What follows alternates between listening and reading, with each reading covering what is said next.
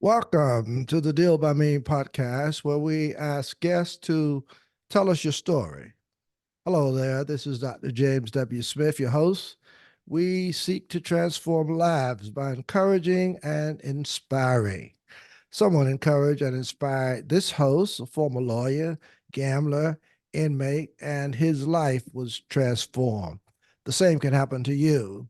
So when you listen to any of the Deal by Me podcast, please support this podcast with a donation or a monthly recurring amount for as little as $3.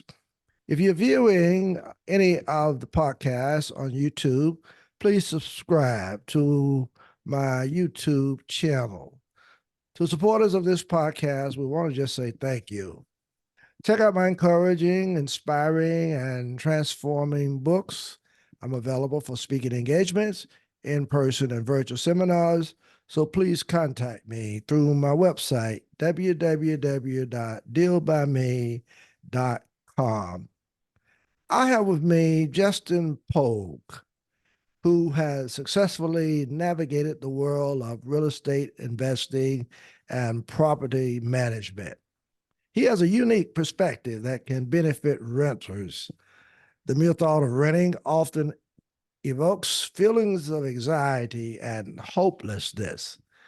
He says that instead of relying solely on government interventions, he believes it's crucial for individuals to understand how landlords think in order to secure better value for their money.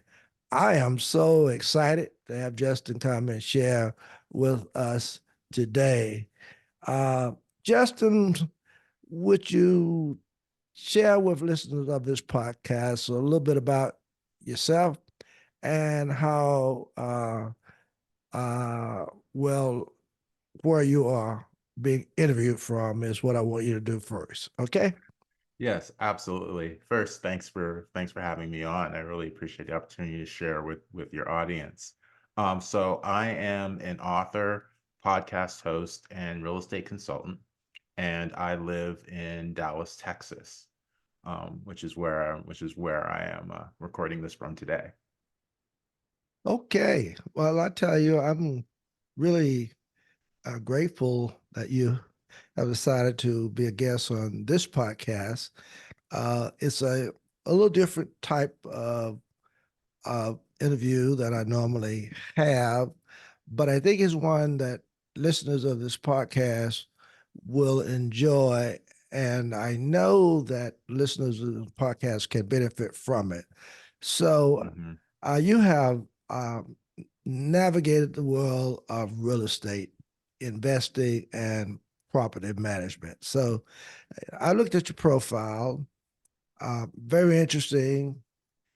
So I want you to kind of share a little bit about uh, why you decide to write the book on this, because you got a unique perspective and you've written a book on it. So talk a little bit about that. Yeah, so my most of my real estate experience was kind of homegrown property management. It started with my mother and I investing in properties together and remodeling and rehabbing and then managing them. And then ultimately we hired a property management company to manage our family properties. So I was like, well, let me take this experience and go work for a property management company, see if I can learn something new. So I worked for them for about a year. Um, really figured out there wasn't anything new that they had. They had better tools and more expensive tools, but it was the same thing. So after I left them, someone that I knew suggested that I write a book. And I had never written a book before. I didn't even know what that looked like. Mhm. So I went down to a local bookstore and I'm looking at the real estate section and I see books for real estate investors, real estate agents, insurance agents, everybody in the real estate industry except for one group, which Renters. was the renters. I'm like, Okay. that's kind of interesting because they're just the ones that are paying over half a trillion with a T dollars Mm-hmm. in rent every year, Mm-hmm. supporting the entire industry. Um, So that's what that epiphany was what kind of led me to write the book from that perspective. And another thing that led me to write it from that perspective was, if you watch the news, there's this constant friction and animosity between renters and landlords, um, which in many cases isn't doing either of them any good, um, and is kind of getting in the way of the fact that both renters and landlords need each other. Mm-hmm. Renters are never going to put hammer to nail and build a house, Mm-hmm. and landlords are looking for someone to rent their property for their retirement, because that's the reason most landlords are investing in property. Mm-hmm. Mm. Well, that's very interesting. I'm curious when you say that the reason most landlords invest in property is based upon retirement. Is that something that's, I guess, the way I want to put it is that something that's factual, or is it something that you're guessing at now? So I'm just trying to get the real facts That's out, something that's to. based Yeah, I mean, it's a really good question. That's Mhm. based on my experience and the Okay. real estate investors that I've run into. Mhm. In terms of facts, most of the people who invest in real estate are small. They may own 1 to 5 units. Okay. And though that's the majority of who's out there renting properties. Okay. The bigger companies are the ones that get all the press and the attention, but they're a relatively small part of the entire rental landscape. Okay. Okay. Well, that's very interesting. Now, I know a lot of people, and I know a lot of people who listen to this uh, podcast are perhaps renters, because I focus on trying to encourage or inspire. So I know that they're probably very interested to know quite a bit about what you have to say. So I want to know, first of all, how long have you been doing this? Is this something that's not anything new for you? This is something that you've been doing for years, I assume. As you say, your parents started this. So tell us a little bit about how long Mhm. you've been doing this work. Yeah, you touch on a very interesting point, because asking who do you listen to? Hmm. Hmm. So you need to listen to people who've been there and done it. Um, so this whole real estate career for me started in 2003, really by accident. After Okay. I finished graduate school, and my plan was to become a management consultant. And the dot-com bubble was imploding at that time, and so was the industry that I had planned to go into. Um, so that's how I ended up in real estate. So this career has started from then and has since continued forward. Um, and in that time, between my mother and I, we grew our portfolio from 0 units all the way up to 72. Um, and then during that time, when I was previously working for that other management company, I was managing over 200 apartments in the very hot and heavy San Francisco Bay Area real estate market. Okay. Okay.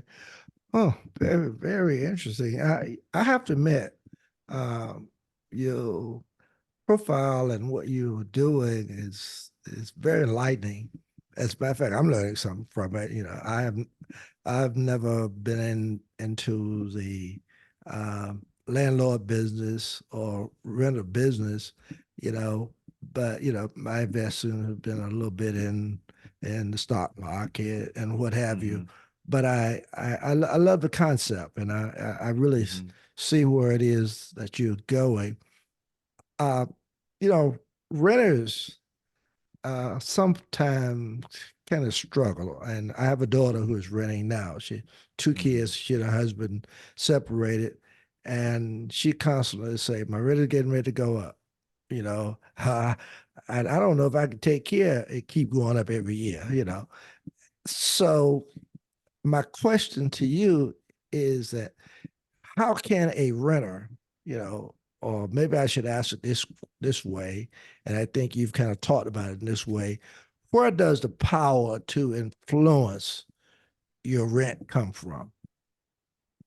Yeah, it's there. So about 34% of everybody across the country is renting. So everybody knows somebody who Okay. is renting, whether it's their child or a friend Okay. or what have you.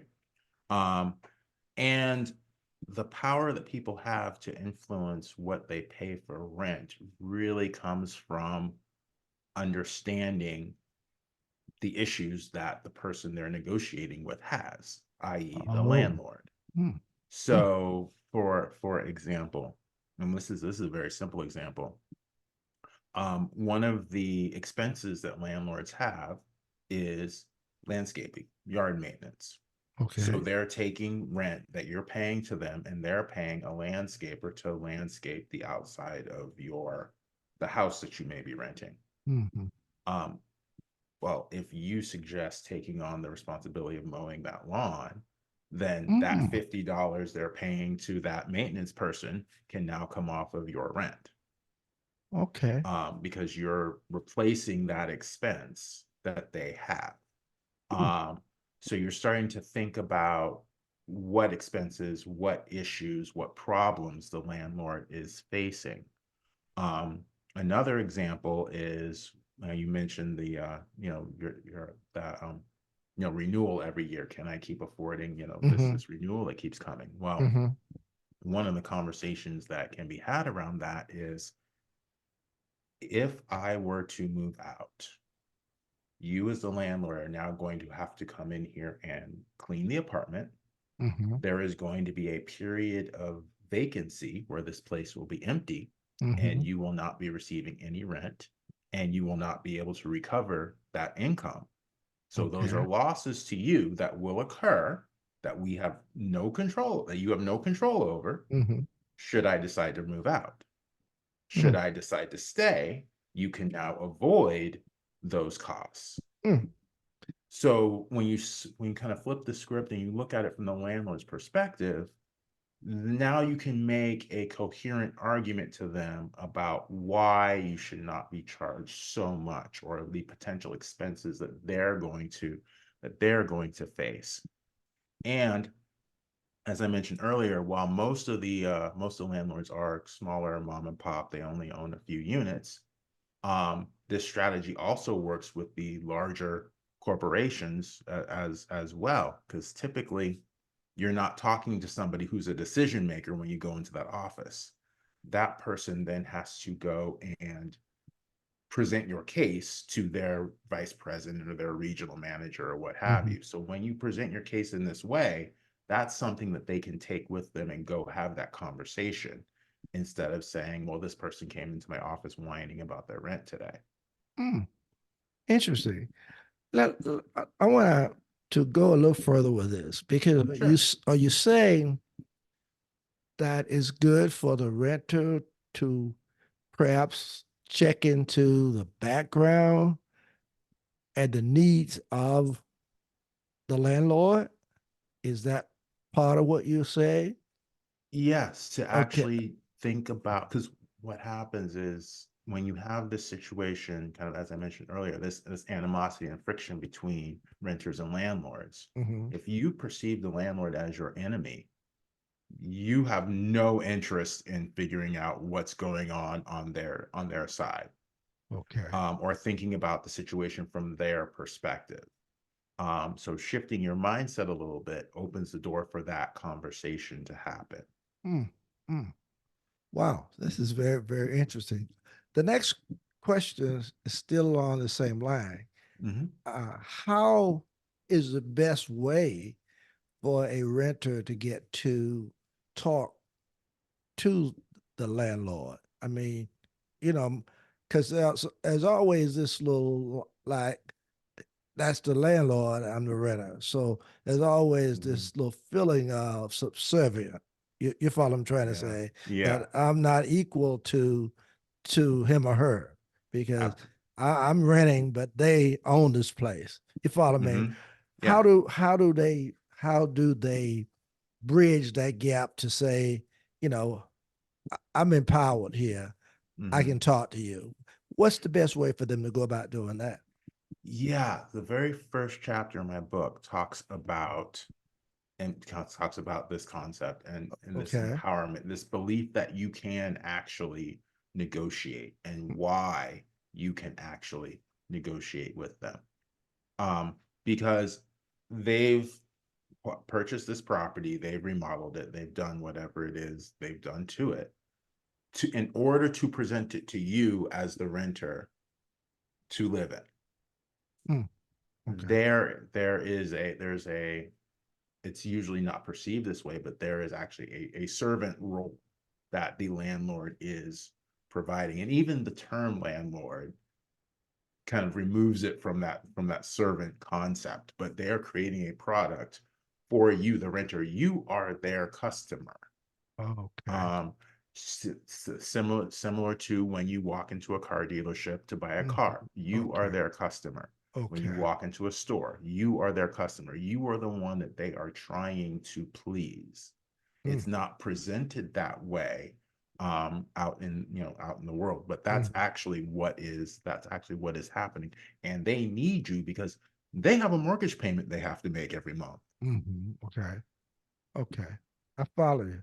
I got you. This is interesting because I know in business concept, and I've worked in a couple of business, and they always kind of give you this statement, watch yourself now, be careful because we believe that the customer is always right. That may not be, that they may not always be right, but at Hmm. least that's the concept that they want to give out to you, that the customer is always right. So are we Hmm. taking that same kind of position when we look at it from a renter and landlord standpoint? Yeah, Okay. we are Mm, taking okay. a bit of that position. Okay. And Okay. similarly, we're I want to get away from this simple consumer mentality. So, like, for example, when most people walk into a store like a Walmart or a Target, they Mhm, walk up to a shelf, they pick up what they want, they see a price on the shelf, they go to the cashier and they ring it up, and that's the price that they pay. mhm. Um, they don't actually haggle with the cashier about the price Right. because they understand the cashier doesn't have any control over the price. Um, but when you're actually talking to the landlord or you're talking to somebody who really represents the landlord, you do have that power to negotiate. Okay. It's closer more to a flea market situation than a retail situation. Okay. Okay. Um, and if you've gone to like a farmer's market, there will be some elderly ladies there who Hmm. are Hmm. looking at each individual green bean that they're putting Right. in their Right. bag and Right. negotiating with the person there Hmm. who's selling the green beans. I got you. I Um, got you. so I, yeah, we need to get a little closer to that. wow. Okay. Very, very, very interesting.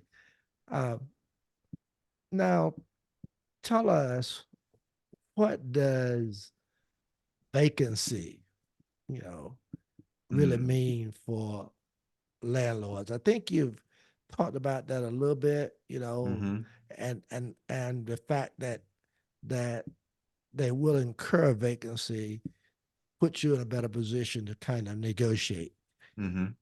Can you talk about that just a little bit more? Yeah, absolutely. So when a landlord is renting a property, they're selling two things. They're selling time Mm-hmm. and space. So space is the physical house, apartment, room that they are renting. Mm-hmm.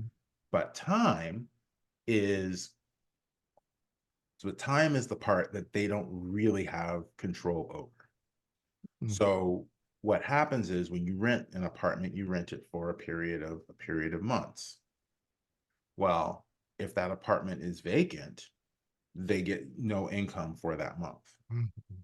And the longer it stays vacant, the longer they don't get any money. And this is money that they can't recover. There's no person who will ever rent the use of an apartment from last month. Mm-hmm. That's not going to happen. Last month is gone. I got you. Okay. So it's a very different product than, say, if you're looking at like a car dealership. If you don't sell a car today, you can Mm-hmm. sell it tomorrow, and you'll pretty much get the same amount. It Okay. doesn't. really prefer to sell it today, but it really Mhm. doesn't matter whether they sell it today or tomorrow. Mhm. But when you look at an apartment, say the apartment is $900 a month. Each day that passes, they're losing $30 that they can never get back Okay. every day. Mm. So it provides this this incentive to act quickly, that a Okay. lot of other businesses don't have because of the nature of the product. Mm. I hear you. I got you. Oh, well said. Well said. That's very interesting. Let me, as I told you earlier, my podcast is about encouraging, it's Hmm. inspiring, and hopefully transforming. Uh, and so, what I try to do with all of the guests who comes on is to ask them basically something that's in line with what they do that listeners of the podcast may be struggling with. So my question to you is, if there are renters out there, somebody who may be a little depressed, stressed out, uh, because Hmm. of their landlord, because of the rent they're paying, uh, because something else is going on in their lives, what is it that you would say to them that will be encouraging, inspiring, and hopefully, transforming? Yeah, this kind of touches back on why I like the title of your podcast, Deal by Me. Thank you. Because most renters are waiting around for the government to pass a rule or pass rent control or something like that Mm-hmm. to help them with their situation with their landlords. But there are steps that they can actually take in this conversation to negotiate. They have some influence, they have some power in this dynamic. Um, and it's just nobody's taught them how to take advantage of that. Nobody Mm-hmm. showed them the steps, the mechanisms by which to have that discussion. But Mm-hmm. there are people out there, like me, who are sharing this information, um, really to empower and inspire people, um, so that they can make the most of the dollars they already have. Okay. Um, so as I've written the book and talked to people, I've met people in the like financial literacy space and all of Mm-hmm. that. Um, and to me, this is just another part of that. Okay. Um, and you, as a renter, you absolutely do have the power to influence what your landlord is charging you. You absolutely do have the, the you should absolutely feel like you have the right and the ability to have this conversation with your landlord, and you should not feel like you are less than, Mm. because you're renting from this person and they own the property, um, especially since in many cases they don't own it outright, they own it with the bank. Mm. Okay. But that's the part that the renter never really sees. Right. Right. Oh, well, that's well said. Listeners, stay with us. We're coming right back, but I want to ask Justin to share with listeners of this podcast where they can get more information on you. If you have a book, would you give us your book title, website, or anything that will be of help to listeners of this podcast Yeah. to be So able to, contact you with if they're interested in knowing a little bit more about yeah. what you do. Yeah, absolutely. The name of my book is Rental Secrets, and it really lists out the 10 different powers that renters have to, and we've only touched on a few of them, that renters have to really negotiate with their landlords. My website is rentalsecrets.net, and I actually host a podcast called Renter Confidential, where we kind of bring the book to life and talk about current articles, current events, and I interview people who have gone through the rental process. Mm, Um, And then lastly, I provide daily tips for renters on Instagram, Facebook, TikTok, and LinkedIn as well. And you can find that under Rental Secrets. Oh, beautiful. Great. I know listeners appreciate that information. A couple more questions I want to ask you, which was kind of interesting to me, but is rent, is free rent really possible? Yes, yes, it is. Okay, And okay. people always ask me that because they say, no, no, that doesn't happen. Landlords are too cheap and stingy to give out free rent. Okay. Um, but actually free rent does happen, and it happens in two different ways. So one way comes about because of market competition. So you may have an older apartment building built in, let's say, the mid 70s and Mm-hmm. whatnot. And then there will be a new construction property that comes into the neighborhood that gets built nearby. And what tends to happen is everybody's all excited about the new Mm-hmm. building, the new construction, all the great amenities, blah, blah, blah, blah, blah. Well, this other apartment building, they still have vacancies. They're still dealing with that we don't earn any money until somebody moves in issue. Mm-hmm. Mm-hmm. And they may not even get looked at because of the new building. Mm-hmm. So one way to get people to come and tour your property, even though it's older, even though it may not have as many bells and whistles, is to offer a number of weeks of rent for free to get people to look and come view the property. Because if nobody tours the property, you're not going to rent anything. Mm-hmm. Mm-hmm. And I will also tell your listeners, if anyone tries to push you or convince you to rent a property without you seeing it, Mm-hmm. that's a huge red flag.